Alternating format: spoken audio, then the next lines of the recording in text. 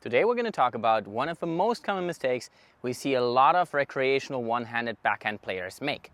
And that mistake is an abundance of upper body rotation on the one-handed backhand. We don't want that type of rotation, and here's why. If we're trying to rotate to initiate our one-handed backhand, most players end up either hitting the ball way too far over to the right, or their arm doesn't move fast enough and they end up scraping by the ball, causing the ball to kind of curve towards the left. Now this rotation seems like sometimes it's the only option when you're late or when you are trying to hit a bit harder, but the reality is we don't want this rotation to happen so we don't lose control over our shots.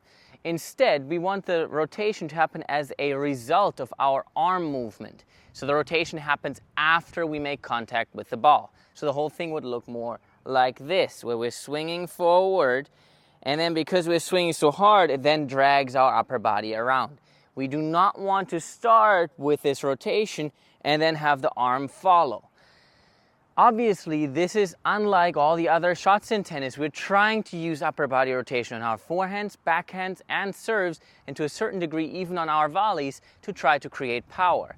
However, on our one-handed backhand, we do not want this rotation because of a simple loss of control of the shot. So instead, we want our right shoulder to kind of point towards our target and keep it there for as long as possible.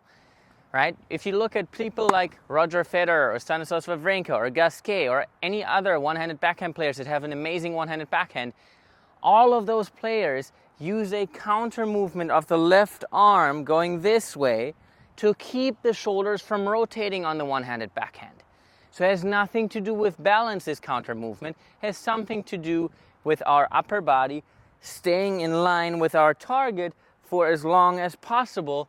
And then after our contact point is done, the rotation will actually set in our upper body because we're hitting so hard. So if you're one of those players that doesn't hit a very hard one-handed backhand, you should not experience any upper body rotation almost at all.